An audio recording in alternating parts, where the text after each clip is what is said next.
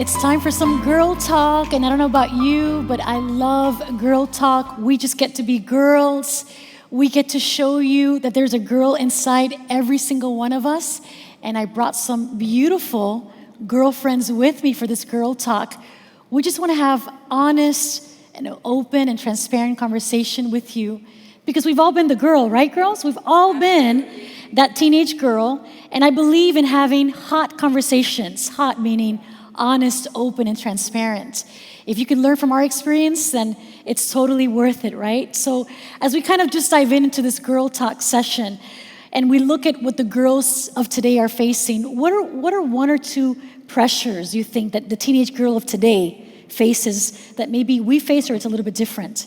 Yeah, I'll start. Okay. I think comparison is one of the greatest Huge. things that we, as young girls, we probably faced it, but I feel like because of social media and all the technology and the accessibility to information, I feel that has, it's like almost like it's bombarded the young woman at this season, and with technology, you just go and put on a picture and you're like, oh wait, I have friends that are 14, 15-year-olds, and they mentioned to me that they want to get lip fillers and just cosmetic surgery, and I'm like, wait, what? I know.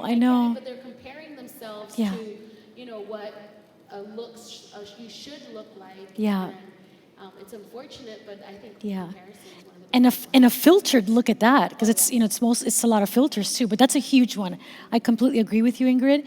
What's another thing that maybe our girls are facing today, a pressure?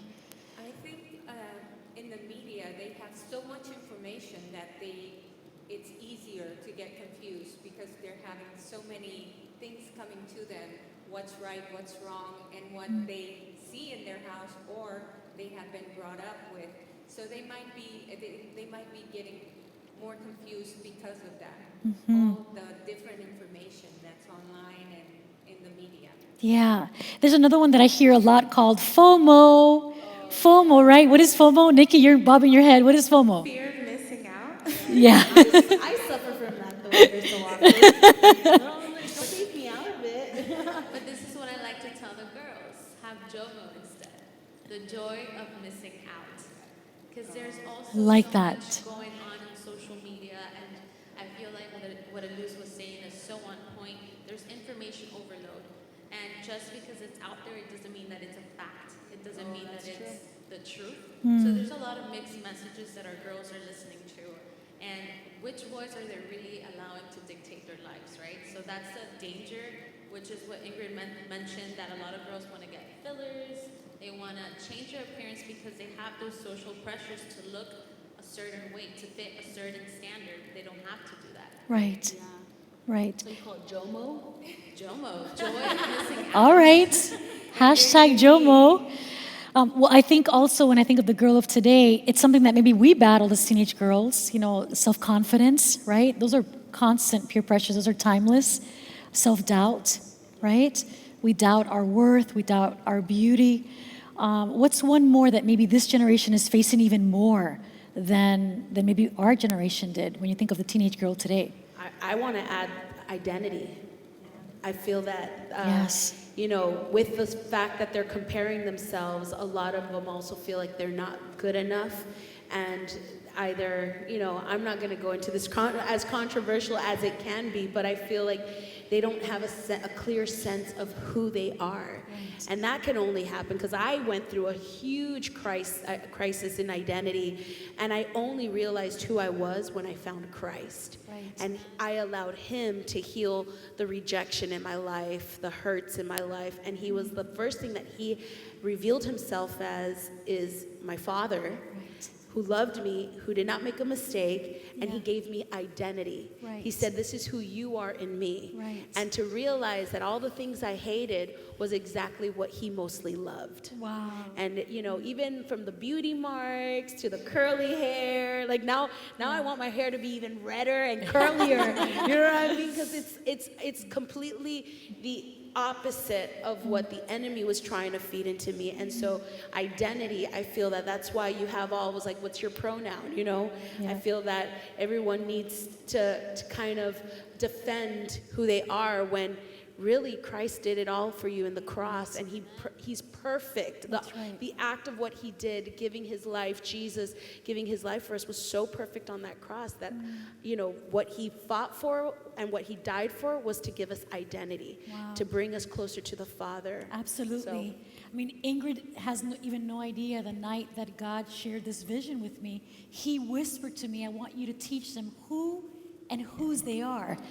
And it's exactly what you're saying. There is an identity crisis on the globe. We don't know our worth. We don't know that we are royalty, that we are heirs of God, daughters of a king. So I am with you on that. But he was so clear in that. He said, I want you to teach them who and whose they are. That's become our mission.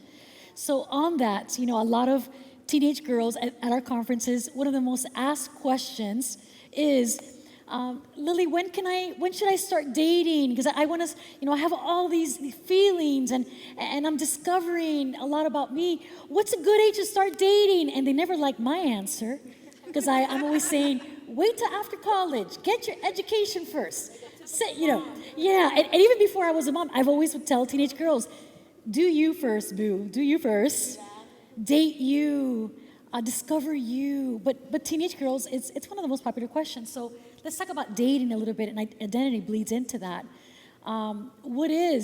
We have actually teen voice on our Girl Talk today. What are your thoughts on dating as a teenage girl of today?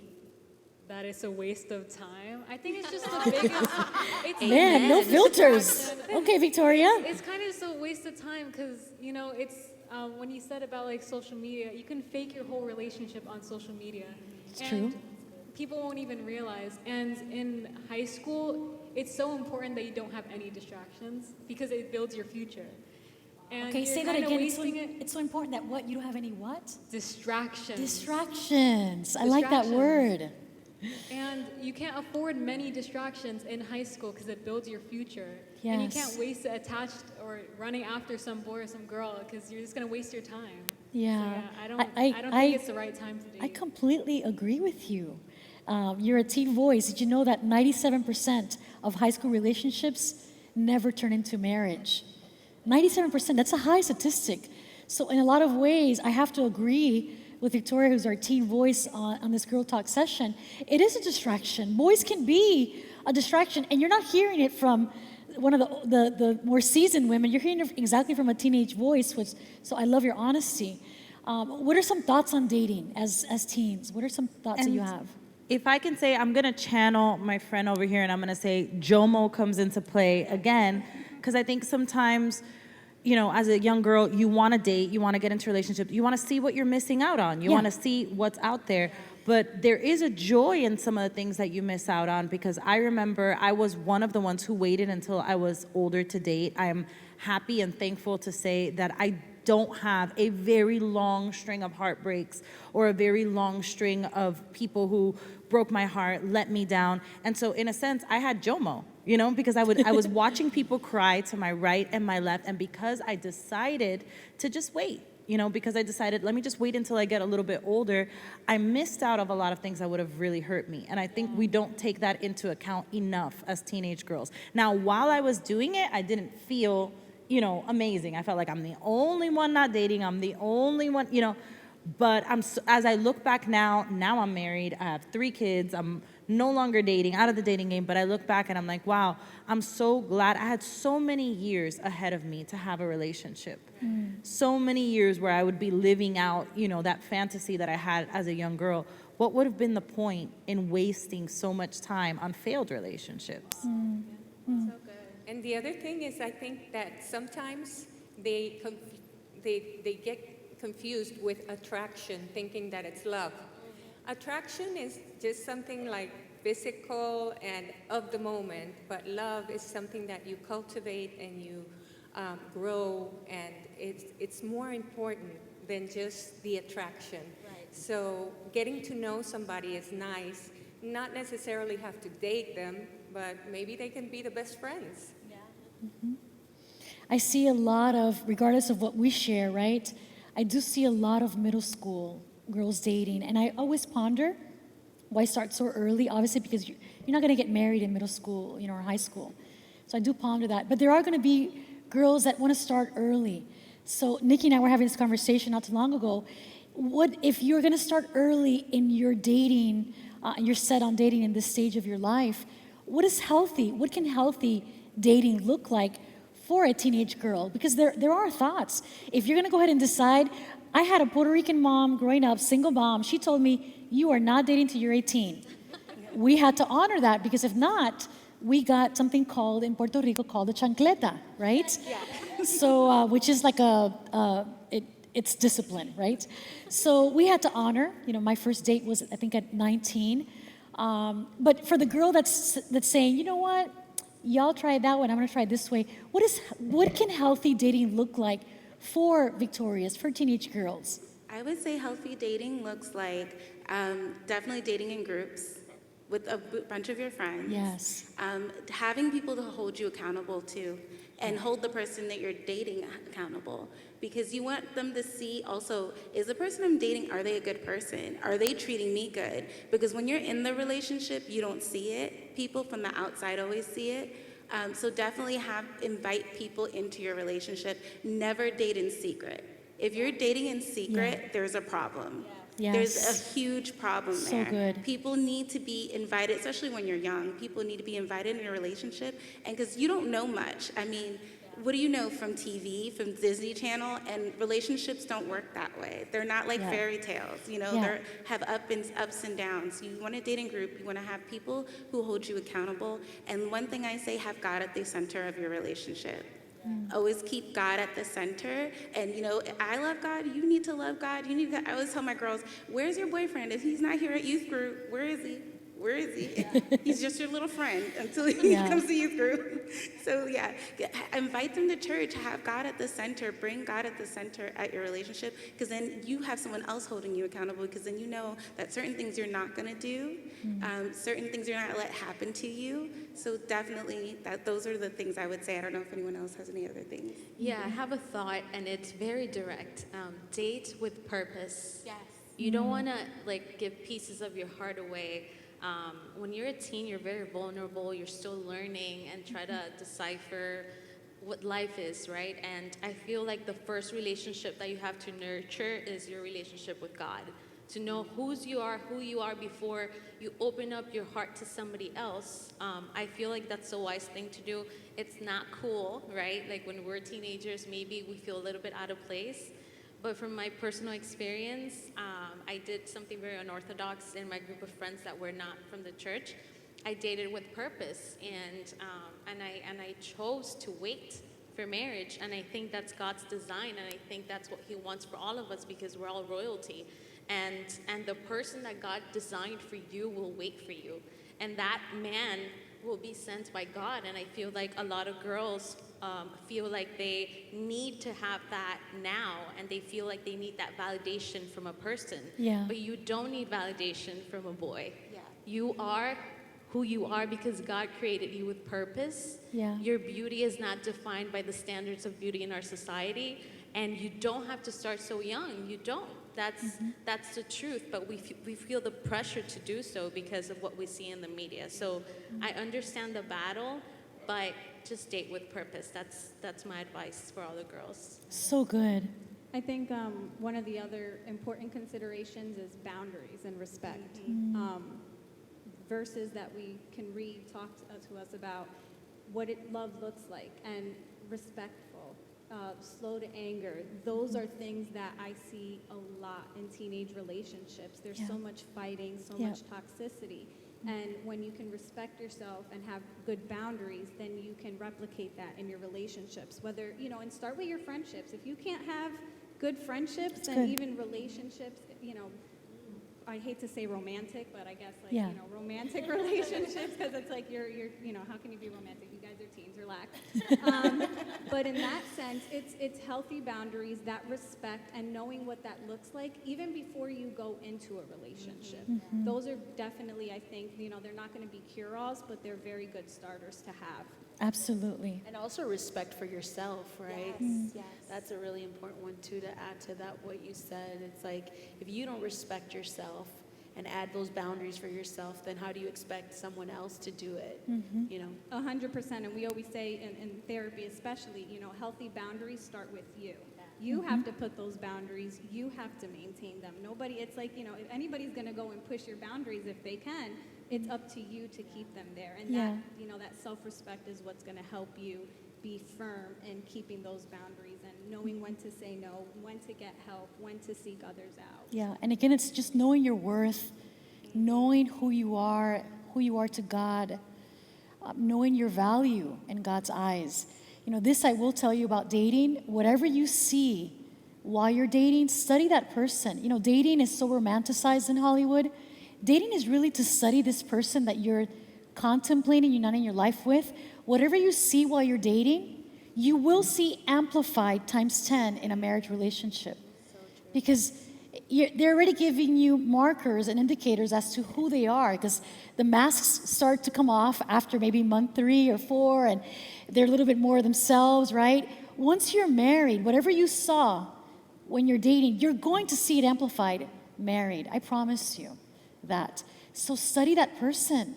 Study their response. Study their response in conflict. Study the way he treats his mom. Yes. That's a huge one. Study the way he treats his mom, the person that brought him into the world.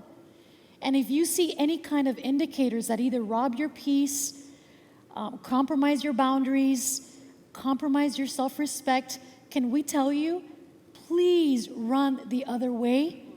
Because there is only one you, and life is so short. There are no dress rehearsals. We just get one chance at this life. And the Bible even tells us that life is a vapor, right? We're here today, we're gone tomorrow. Tomorrow is not promised.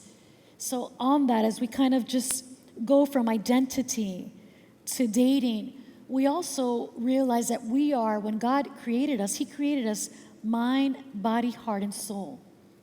We live on this earth for a season of time. Our souls take on this shell, if you will, of a body for a season of time, but we are eternally souls. And while we're here, the soul never dies, but while we're here, we have a mind that we have to nurture and protect and have boundaries, as Ashley has said, to protect our mental wellness, to protect our mental health. One of the things that I feel called to rewrite is we barely talk about mental health or mental wellness even in ministry settings or in your local church. We talk about the soul, the heart, the soul, but the mind is often left out when it is a huge part of our being. It's, everything that comes to the heart, of course, we have to be careful, but our minds, there's a reason why in the Bible it says daily we should be renewed. The renewal of our minds is important. The thoughts. We are what we eat. We are what we think. And sometimes trauma comes into our lives, right? I know that 1 in 3 girls will be violated. Statistics tell me 1 in 3 girls is violated by the age of 10 sexually. So what does that do to a girl? That causes trauma. That causes her to mistrust. That causes pain. That causes mental health illness. I know, Ashley, you're a licensed counselor.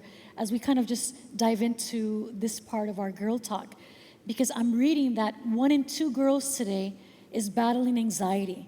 And by the age of 21, she is on anxiety medication. That's what I'm reading. I read a lot of medical journals and statistics. So I guess before I come to you, Ashley, I want to ask the teen voice on the panel on this Girl Talk session. You have been open about anxiety, right? That you've battled anxiety. What are maybe 1 or 2 things, Victoria, that maybe you have done to help you battle anxiety that may help the girl that's listening to us right now? I know I just mentioned that chasing after people is a distraction, but distraction is one of the best things you can do when you're dealing with anxiety in the moment. Mm-hmm. Just doing something you like to take your mind off the fact that you're anxious, because when you're anxious, it's most likely because you can't control something. It's out of your control. Right. And just do something you like, do something you enjoy, something you can cultivate, like listening to music or, singing. I know Ingrid loves to sing. Or a podcast, making videos, live streaming, anything you do for fun, that's something that can take your mind off the fact that you're anxious. And as for battling or going through the journey with anxiety, what I find helpful is counseling or therapy. I've been going for 8 months now, and it's one of the best decisions I've ever made when it comes to my journey with anxiety. Yes, I'm so proud of you. You are fierce. You're living out your name. She said distractions, but don't distract yourself with a boy, right?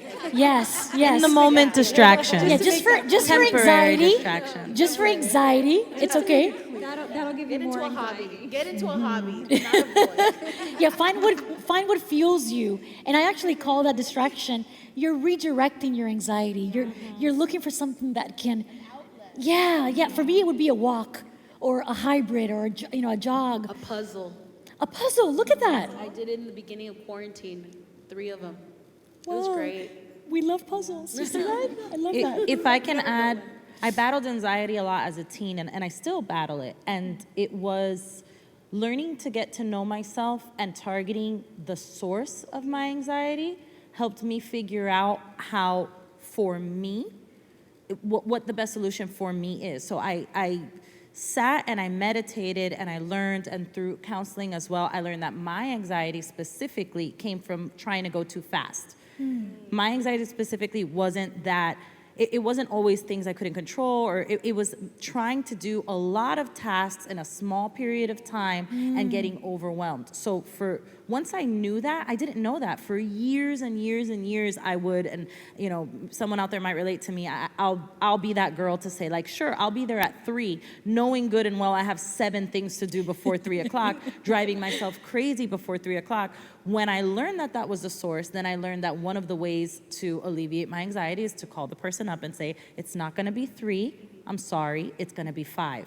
And taking a deep breath and just doing the same things I was doing, but slower. But the only reason I found that answer was because I targeted the source. So what is it that makes me feel That's so anxious in the good. first place? That's good. So It's know. okay to say no. Yes. Yeah. Right? Yes. So hard I'm for a people pleaser. Me Yes. too. I am too. I am too. People pleaser. Yeah. I I'd love kill making myself people to get happy. there on time. When I learned as I got older, they don't care as much as I think they do. Right. They just And want my you to anxiety lifted. Yeah. I recently heard a psychologist telling moms, teach your daughters to say no. Teach them to exercise their no muscle. I had never heard that till recently. And I thought, I need to make sure that I'm teaching my daughter to say no, to exercise her no muscle. It's a boundary that we place. And the word no is a complete sentence. Yes. No. You don't have to give Period. a reason why. You I don't have to give a explain reason why you can't touch me there.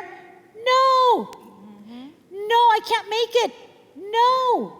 No is a complete sentence. We need to teach our girls of this generation to say no more. It would really be so empowering if we can learn that at a young age. Because I'm also a people pleaser. What Enneagram number am I? Vanessa Enneagram knows. 2. 2? So you're probably a 2 also? I'm a 7. Oh, okay. Well, that's another conversation. Okay, that's another girl talk. But let's stick with mental wellness. Ashley, I love that your voice is here. You know that you and I have had real conversations, honest conversations about why I do tiaras. Suicide keeps me up at night. Literally keeps me up at night. When I see that in this past year, suicide has increased by 29%. When we began tiaras, teenage suicide was the 3rd highest cause of death in teenage girls. It is now the 2nd highest cause of death in teenage girls. And I cannot live on this earth and exist and just take trips and buy nice shoes and not think of the girl that may be hopeless and may be at a point where it's not that she doesn't even want to live, it's that she wants the pain to go away. That's usually what drives someone to suicide. And when I read about suicide, teen suicide specifically, it's usually driven by trauma, abuse. A boy breaks my heart. The boy, I'm telling you, stay away from the B word, stay away from the boys. And then there's another one, it's bullying. There's a lot of bullying. Your identity is attacked, your self-worth is attacked. So it causes you. I lost a beautiful girl that some of you know, her name was Asia. From Tiaras, we crowned her, we lost her. She took her life at 15. And I want to help any girl that may be I want you to answer in two ways. I want to help any girl that maybe is feeling like she wants to take her life, if you could offer some hope to her. And then I want us to give maybe any parent that's watching this, or even if you're a girlfriend and maybe you see these signs in one of your friends, because a lot of times they're giving us signs and we're not noticing that they're drowning. We're not noticing that they're saying, I'm about to take my life. So if you could answer that in two parts, with your expertise, your heart. Definitely a tough one, but I think it comes down to a lot of what's already been said so far. And, coping with anxiety, learning how to have self-respect, learning how to have coping skills, what to do as an alternative when we feel upset, when we feel down, when we feel depressed. Music is an outlet. I have personally also found useful for myself and even with some of my own patients is seeking something bigger than ourselves, a passion. A lot of anxiety, depression, we know comes back to thinking, our thoughts, right? I always tell people, well, you live in your head, right? Why make it a bad place? Make it a beautiful garden. What are you going to fulfill it with? And what we put in there, what are you following on social media? Are you following things that are kind of morbid? Well, that's what you're feeding your brain. We have to feed it healthy things. The Bible gives us very good suggestions on how to control some of the anxiety, how to learn about trust. That's something I even struggled with, where I was like, I have so much anxiety about what's going on and this control and desperation, and that's exactly what a lot of these girls are feeling, a lot of people feel, is that desperation, a lack of hope, the overthinking, and sometimes it takes, just reminding ourselves to slow down. It's not really up to us. It's all written out, and we just have to trust the process. Those are very good healing strategies that you can do at any moment. I was coming across one day an Instagram post, and it was like, you're never alone, and then it just had this Bible opened up, and a person just reading it, and it reminds you that there's always an outlet. There's always a source bigger than you to go to. And those are important strategies, talking about it openly, not being scared. Everybody thinks, well, if we talk about suicide, if we talk about depression or anxiety or sexual abuse, it's a trigger. But if you think of something as a trigger, it's also a release. It is. And we also know statistically that the more that we talk about something, the more reduction of that anxiety or those feelings that people will experience. So it's also us growing up and trying to get comfortable with it to be able to have these tough conversations. Absolutely, and normalize ask them, it. do you want to hurt yourself? Have you ever thought about it? It's a tough question to have to ask and hear in response from someone you love, especially a young girl. But if we don't ask, we'll never know. And then you're going to spend your whole life wondering all of these what ifs. So definitely just opening up the lines of communication is the number one thing. I think bringing it to light. When you bring something to light, then it can't heal. You cannot heal what you don't acknowledge. You cannot heal what you don't acknowledge. What you leave in darkness just continues to fester and grow. Even in a simple science experiment that I remember doing with my son, he had to grow mold on a bread, put a bread in the light, and put a bread in a cabinet in the dark. The bread that was in the light never grew mold, but the bread that was in the cupboard, hidden, tucked away, full of mold. And that tells me that we are the same way, our souls. We have to bring it to light. I feel like girls and our boys, because it's 1 in 3 girls by age 10. 1 in 5 boys is violated by age 10 also. So this is not just a girl issue. Lust is real. Love is patient. Lust is instant, and it is real. But I feel so proud of any time that any one of our girls or our boys comes forward to share their story, because then they can begin true healing. I believe that they're braver and fiercer than I ever was at that age. But you can really heal when you bring it to light. So maybe that's you right now. We would encourage you, tell someone that you trust, tell a friend, if you can't tell a parent, tell a teacher or a leader at your church. There's so many people at your church that love you, that would love to do life with you. And if you want to maybe even be anonymous, there is a hotline. We're going to place the number at the end of this segment so that you can call that 1-800 number.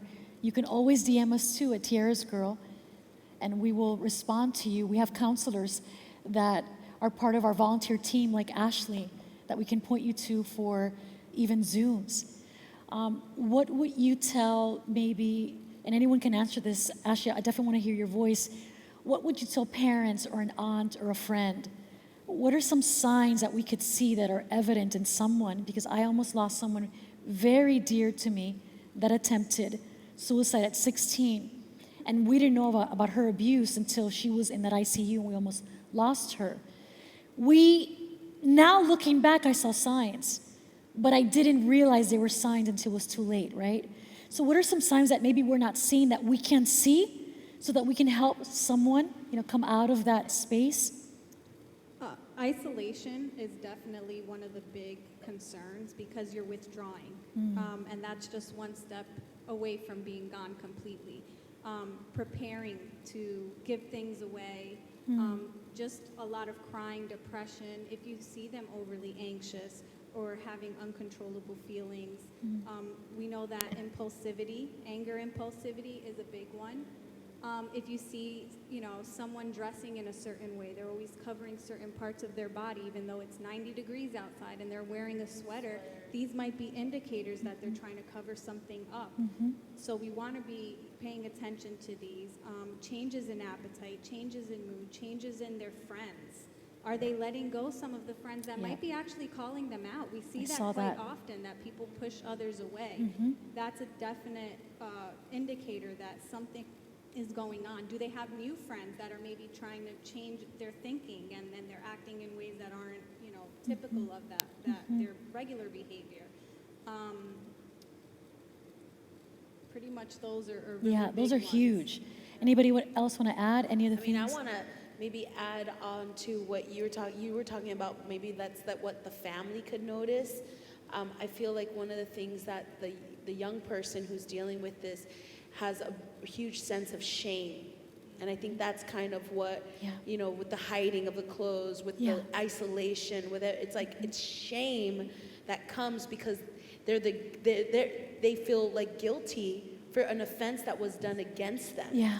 And there shouldn't, how can you feel guilt that if you allowed this to happen, who would ever allow this to happen? And so I just pray over your life right now, and we just declare that if you have a sense of guilt and shame, that it be put aside. Do not believe the enemy in what he wants to put into your mind and into your heart and into your thoughts. Because, I do believe that the first thing he attacks, and what you were saying about the darkness, I read a book called, I can't remember the name of the book, How to Worship the King, I think it was called.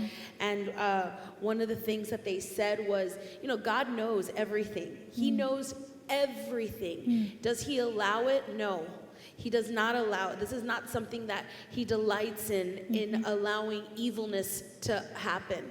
And sometimes we believe the thought that, well, God didn't care for me. God didn't. I was exposed to the situation. Well, I would say this is, there's something, beauty can come out of ashes. Yes. And what the enemy means to destroy you, what God will do and what he promises to do, because there's evilness, as there's good, there's evilness. God says that he will use it for his glory, right? But we start believing lies, and on the flip side of that, what you were saying, and I read this in the book, it says we end up having more intimacy with the enemy who's destroying us from the inside out than with God, who when we say, okay, this happened to me, and I feel shame over it, but Jesus, you can heal me. I invite you into this situation. When you invite him to be intimate with you, take the mask off. Stop pretending. Tell someone, speak up, say, this happened to me. It is your story and your story alone to tell. Speak up, and don't let the enemy have more intimacy than what your creator has. So good. He is your creator who knows you from the inside out. You quoted that my favorite psalm is 139, and the first time I heard it was in a prison. I heard it in a prison being sung over the prisoners. And I found it so ironic because these people were in prison, a lot of them for a long time, because of sins and assaults and things that they had committed, but yet we were singing over them. Wow. You are fearfully and wonderfully made. I love they were it. formed in their mother's womb. And I was being so ministered as I'm hearing this song being sung over prisoners. And the Lord says, not even in a prison do I forget my creation and who I created them to be. Wow. So speak up. Don't live in shame. And honestly, I'm telling you this with all the conviction because it touched my heart. I tell you, do not have more intimacy with the enemy than with who created you and knows you better inside and out. So good. Thank you, Ingrid, for that word. And you just confirmed, one of the dreams in my heart, I'm a big dreamer. I have a lot of dreams in my heart, but one of my dreams is to be able to stream Tiaras into girl prisons. Yes.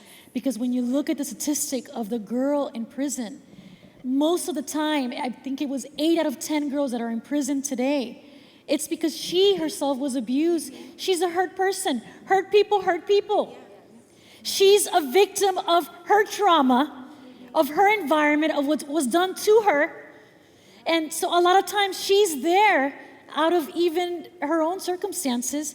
But I know that God sees you, He loves you, He created you. You are not an accident. And that's one of my dreams that I'm saying out loud here on this first Girl Talk. We're doing it. Wow, I can't wait.